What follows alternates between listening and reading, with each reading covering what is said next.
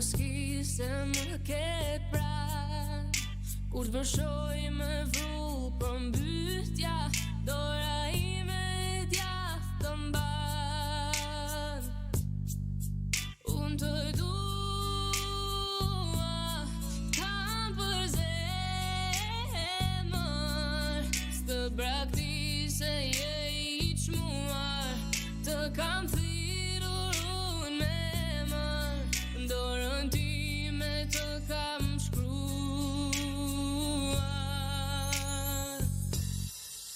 Nuk do digjes, do lëndohesh, kur rreth teje Kam për zemër nga Ana Buzhokaj na ka rikthyer tashmë në pjesën e dytë të programit Buzëqeshi ditës. Sot data shënon 8 maj, dita botërore e kryqit të kuq, një ditë e veçantë, prandaj edhe unë sot kam kënaqësinë që të kem së bashku me mua në studio zotin Emilsian Memelli, zëvendës kryetar I degës së kryqit të kuq shqiptar në Korçë dhe gjithashtu instruktor I ndihmës së parë. Përshëndetje Emilsian, mirë se ke ardhur. Përshëndetje Jona, faleminderit për ftesën, një kënaqësi të jem së bashku me ju këtu sot. Kënaqësi edhe për ne. Shumë faleminderit që e pranove ftesën tonë. Atëherë Emilsian, duke qenë që këtë puntat, këto minuta të Buzëqeshit ditës në ditën e sotme ne jemi duke ja dedikuar kryqit të kuq dhe punës së palodhur që ju bëni çdo ditë, unë do doja ta nisnim duke folur me si përkufizon ti misionin e kryqit të kuq shqiptar sot në komunitetin e Korçës. Misioni I kryqit të kuq shqiptar Dega Korçë në veprimtarinë e vet ka për qëllim të mbështesë dhe të jetë pranë familjeve në nevojë, personave të cilët ne gjendemi në momentet e para në situata që ata ndodhen në vështirësi, në mbështetje sociale, në edukim shëndetësor, por gjithashtu dhe në përkrahje humanitare në programet tona që kemi në Dega e kryqit të kuq shqiptar në Korçë. Shumë e rëndësishme në misionin tonë është solidariteti njerëzor në këto familje dhe në këta njerëz në nevojë. Pika kyçe që ne gjithmonë e kemi të themi në fokusin tonë është vullnetarizmi. Vullnetarët e kryqit të kuq shqiptar me programet e veta, pra misioni I kryqit është që të jetë pranë këtyre familjeve dhe jo vetëm në një situatë të themi normale, por dhe në situata emergjencash dhe fatkeqësisht të ndryshme. Prandaj misioni jonë është gjithmonë të forcojmë komunitetin, të jemi pranë tyre në ato të themi minutat e para që janë në vështirësi, që mos kalojnë të themi në situata traumatike dhe në vështirësi akoma më të rënda në shëndetin e tyre. Në fokus gjithmonë ne kemi prioritet mbështetjen dhe bashkëpunimin dhe me institucionet, të cilën dhe fatmirësisht kemi patur një bashkëpunim shumë të mirë edhe në qarkun e Korçës. Në fokus është edhe simbolika që gjithmonë ne jemi dhe human, që një ndihmë sado e vogël në ato momente mund të ndryshojë jetën e dikujt në momentet e para, duke qenë pozitiv në vazhdimsinë e tyre në atë përditshmërinë që ata kalojnë në këto momente. Sepse kur personi është në një emergjencë, sikur e thjesht të shkosh të japësh dorën, të ambash aty, kjo I jep zemër, besoj. Ne na ka ndodhur shpeshherë kolegët drejtuesit e kryqit të kuq gjithmonë kanë qenë në situata prej vitesh nga eksperjenca e tyre dhe na kanë treguar që në një moment caktuar vetëm një fjalë pozitive dhe një mbështetje të themi sociale ose psikologjike në një disaster që e quajmë ne, ose në një situatë siç kishim dhe fatkeqësisht tërmeti në Durrës, ku para disa viteve dhe vullnetarët e kryqit ishin në terren, pra duke u mbështetur persona të vetmuar, persona me problematika shëndetësore, gjenden afër dhe duke I suportuar ata pastaj edhe në vazhdimsi në programet e kryqit të kuq shqiptar. E qartë. Çfarë përfaqëson për ty personalisht kjo ditë, 8 maj, dita botërore e kryqit të kuq dhe e gjysmëhënës së kuqe? Kjo ditë personalisht është një ditë që ne duhet të reflektojmë dhe të vlerësojmë me mirënjohje të gjithë punonjësit humanitar në të gjithë botën, por dhe të gjithë vullnetarët, pra se siç dihet kryqi I kuq shqiptar ka një numër të konsiderueshëm vullnetarësh në të gjitha shoqatat në të gjithë shtetet e botës, pra numërojnë rreth 191 shoqata që përfaqësojnë shtetet përkatëse, të Kryqit të Kuq e theksoi dhe të Gjysmëhenës, është Federata Ndërkombëtare Humanitare në qendër në Gjenevë të Zvicrës. Është një ditë reflektimi, është një ditë që simbolizon humanizmin, solidaritetin personalisht dhe gjithashtu duhet vlerësuar dhe përkushtimi i këtyre punojësve, pra si ata janë edhe në detyra të tjera funksionale, por me atë vullnetarizmin e tyre gjenden në çdo moment, në çdo orë të ditës, sidomos duhet ta theksoj sepse edhe në kohët e sotme fatkeqësisht kemi edhe situata konfliktesh të ndryshme në rajone të caktuara dhe këta punonjës humanitarë dhe vullnetar shkojnë me përkushtim në njerëzit në nevojë në këto situatat shumë të vështira dhe për jetën e tyre duhet theksuar. Prandaj unë i vlerësoj në maksimum një ditë mirënjohje për të gjithë ata që kontribuojnë dhe kanë kontribuar në terren për Kryqin e Kuq në çdo rajon të botës ku ata ndodhen. Jemi mirënjohës të gjithë për ju. Shko, unë ke vënë në diskutim që vullnetarët e Kryqit të Kuq, punonjësit aty janë të përgatitur, po pyetja ime është sa të përgatitur janë njerëzit në komunitet? Jemi ne si komunitet mendon për të dhënë ndihmën e parë në raste emergjence? Siç e theksova, ndër programet kryesore që ne kemi atë të ndihmës së parë dhe gjithmonë bëjmë trajnime në bashkëpunim dhe me disa nga institucionet kryesore në Shqipëri, por dhe jo vetëm, bashkëpunimet tona dhe me Kryqet e Kuq të vendeve fshinj, ndajmë eksperiencat për ndihmën e parë avancuar, që është të themi pak një situatë ku ka dhe aksidente në disaster, me aksidente më masive, pra kemi dhe eksperiencat në terren në situata të tilla, por në komunitet ne fatmirësisht shikojmë që Brezi i Ri po afrohet akoma më shumë për mësimin e teknikave të ndihmës së parë dhe ata e shikojmë që janë edhe kërkues, pra ka interes. Aktualisht dua të theksoj që pranë Degës kemi më shumë se pothuajse një periudhë kohe 2-3 mujore që kemi 6 grupe vullnetarësh të ndihmës së parë. Fantastike. Nga gjimnazet kryesore të qytetit të Korçës, kemi bërë edhe një koordinim nga të gjitha shkollat, pra të kemi një pjesëmarrje nga të gjitha shkollat, dhe kjo bën të mundur njohjen e tyre në këtë degën e Kryqit të Kuqit Korçë për ndihmën e parë. Pra, gjithmonë ata marrin një rol, të themi një rol të liderit të grupit. Pra ata marrin themi vetë ato detyrat që në qoftë se larg qoftë ndodh diçka, ata janë pjesë në terren e grupeve të ndryshme që mund të ndihmojnë njerëzit në nevojë. Pra, nuk mund të jetë gjithmonë instruktori apo nuk mund të jetë gjithmonë drejtuesi i degës ose stafi nga Tirana, por këto grupe të vogla janë në terren dhe bashkëpunojnë shumë mirë me njëri tjetrin dhe kanë besueshmëri në veprimtarinë e tyre për të dhënë ndihmën e parë. Gjithmonë ngelet për t'u përmirësuar, sepse shpeshherë ne instruktorët jemi në thonjza pak edhe kritik, jo pa arsye, sepse shohim në terren që ka problematika. Pra të gjithë e dëgjojmë që ka aksidente me automjet, ka aksidente me motor, ka aksidente me humbje jete, ndodhin shpeshherë edhe gabime fatale, të themi, por që ne shikojmë një ndryshim në aspektin që kur vinë atje në trajnime, ata kanë dëshirë, përveç brezit të ri, kanë dëshirë që të mësojnë edhe teknikat në praktik. Pra ne fokusohemi dhe në praktikat e këtyre elementve të dhënies së ndihmës së parë. Kemi persona që thonë unë e di si funksionon, e kam lexuar, por ndryshe është praktika, pra është tjetër gjë të bësh ato praktikimet përkatëse për të njohur ndihmën e parë. Plus jo çdo gjë e kemi mësuar në mënyrën e duhur. Po. Ka edhe plot gabime, po ashtu që mund të bëjmë, ka plot mite që i kemi, na është mësuar në një farë mënyre si duhet bërë edhe ndërkohë e bëjmë ashtu por s'duhet bërë.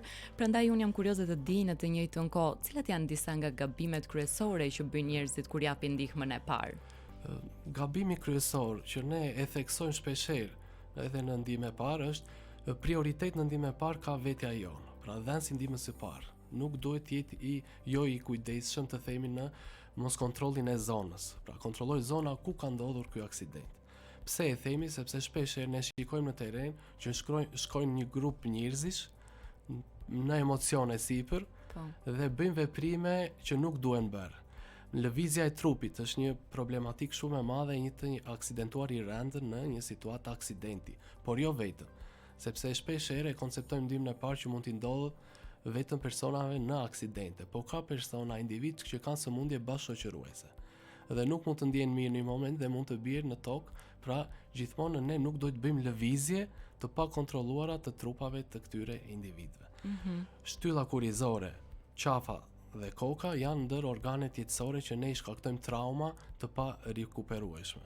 Bllokimin e rrugëve të frymarrjes, pra shkaktohet një bllokim i rrugëve të frymarrjes që është fatal pastaj me kalimin e sekondave. Shpesh ne e themi në trajnime që ne duhet të kontrollojmë zonën për arsye se mund të ketë energji elektrike, mund të ketë rrjedhje gazi, pra mund të ketë zona të ndryshme nga terrene të ndryshme, nga kushtet klimaterike. Një rrëshqitje dheu, masiv i shkëmbor, afër një automiti që ka rrjedhje gazi, prandaj të gjitha këto janë elementë që duhet t'i vlerësoj një dhënës i ndihmës së parë. Gabim mund ta quajmë është dhe mosdhënia e informacionit me ekipet e emergjencave. Pra, shkojnë japin ndihmën e parë, por nuk kanë bërë një njoftim të urgjencës kombëtare, të zjarfikses ose në situata dhe të policisë. Pra ndodh shpeshherë që pas disa minutash vonese, por ne e quajmë një allkë të rëndësishme bashkëpunimi ndihmë e parë dhe ndihmë e shpejtë. Të dyja pa njëra tjetrën ne nuk mund të shpëtojnë jetën e dikujt. Pra janë të lidhura të dyja ekipet ose të dyja teknikat e ndihmës së parë dhe të ndihmës së shpejtë që bëjnë të mundur uljen e riskut të humbjes së jetës së dikujt. Shpeshherë ngatrojnë në dhënia e informacionit, vonesat dhe ne quajmë minuti i artë në ndihmë e parë, pra është shumë i rëndësishëm veprimet specifike në këto momente. Është më se normale që të kesh emocione në raste të tilla, dhe persona gjithmonë nga ana emocionale mund bëjnë dhe ato informacionet popullore të viteve të kaluara. Pikërisht. Pra, kanë dëgjuar nga një mik, nga një afërm që duhet bërë në këtë rast një veprim i tillë, por thjesht kaq e kanë dëgjuar dhe pastaj e komplikojnë situatën për më tej. Ne nuk i duhet t'i japim medikamente, dhe në ndihmën së parë, nuk duhet japim ndihmën e parë, jo ndihmën e shpejtë. Po, nuk duhet t'i japim. Që shpeshherë edhe i ngatrojmë edhe si terma në fakt. Nuk mund të vendosim diagnozë. Unë e njoh individin aksidentuar dhe ai vuan nga X sëmundje dhe pastaj vendosim diagnozë kur nuk mund të ketë ai problemi. Gjithashtu nuk lejohet dhe dhënia e ujit për shembull në personat që rrezikojnë të humbasin vetë dijen ose që e themi në gjuhë popullore i bie të fikët. Që ne shqiptarët e kemi gjën e parë, domethënë ndodh çfarë ndodh, jepi ujë. Gjëja e parë i japim ujë. Gjithashtu nuk lejohet që të bëjmë transportin e një të aksidentuar i rënd, pra kur themi gjithmonë transportin, jo për dikë që ka një çarje shumë të vogël ose ndigje shumë të vogël, ai është i vetëdijshëm e transportojmë. Por në aksidente të rënda ndodh shpeshherë kapja në momentet shumë decizive, të themi në ato momente një kapje shumë e fortë, që i shkakton trauma dhe thyerje, dëmtime më të rënda, por edhe transporti nuk lejohet sepse mund t'i shkaktojnë mbytjen me sekrecione gjatë derit dhe gjatë transportit në mënyrë jo të kontrolluar siç e transporton autoambulanca. Duhet të dimë të vlerësojmë situatën. Duhet ta vlerësojmë situatën.